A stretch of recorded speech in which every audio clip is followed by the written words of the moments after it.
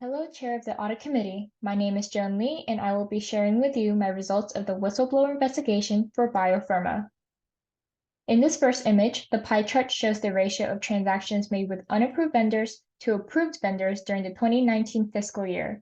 Out of roughly 84,000 transactions, only 0.04% of the transactions were made with unapproved vendors, so there may not be a material effect on the financial statements due to these purchases. However, the 0.04% of transactions should still be investigated since it may be a cause for concern for fraudulent activity if cardholders are making unapproved purchases with unauthorized vendors. A control that I recommend implementing is that all new vendors entered in the master data must be approved by the purchasing manager or department supervisor. If an employee tries to make a purchase with an unapproved vendor, the AIS will display an error message to the user notifying them that the purchase order cannot be made. Once the vendor is approved of in the master data, then the user can purchase from them. This next image shows a bar chart of the top 20 employees with the greatest P-card activity during the fiscal year based on the number of transactions made by the employees. It also lists the total dollar amount of all the transactions made by each employee. In general, the dollar amount of purchases correlates with the transaction value made by the employees, so the dollar amounts decrease with the number of transactions. However, for some employees, they have a surprisingly large dollar value that doesn't match the number of transactions they completed.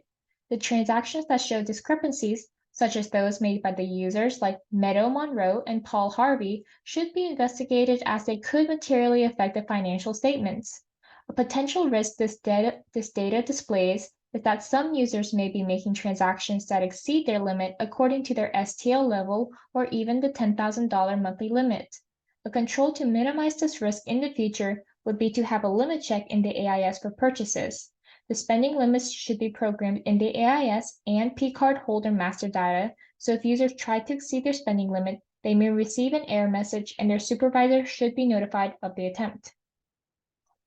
This last chart compares the ratio of transactions that were signed off and or not signed off by the P-card holder and the department supervisors in the 2019 fiscal year.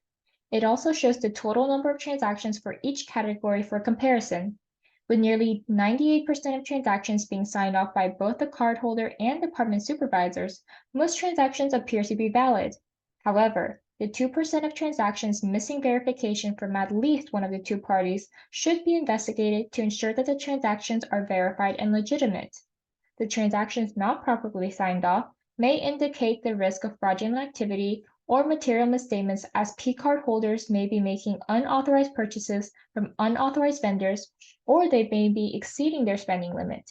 The 42 transactions that were not signed off by both the cardholder and supervisor should be scrutinized most carefully because there is the risk of purchases being made by unauthorized users. A potential control against these risks is that the transactions cannot be recorded to the batch sent to the accounting department unless it is signed off by both the cardholder who made the purchase and their department supervisor. I also recommend that a report be created and reviewed periodically that reports all transactions not signed off by at least one of the parties to detect the risk of any fraudulent purchases.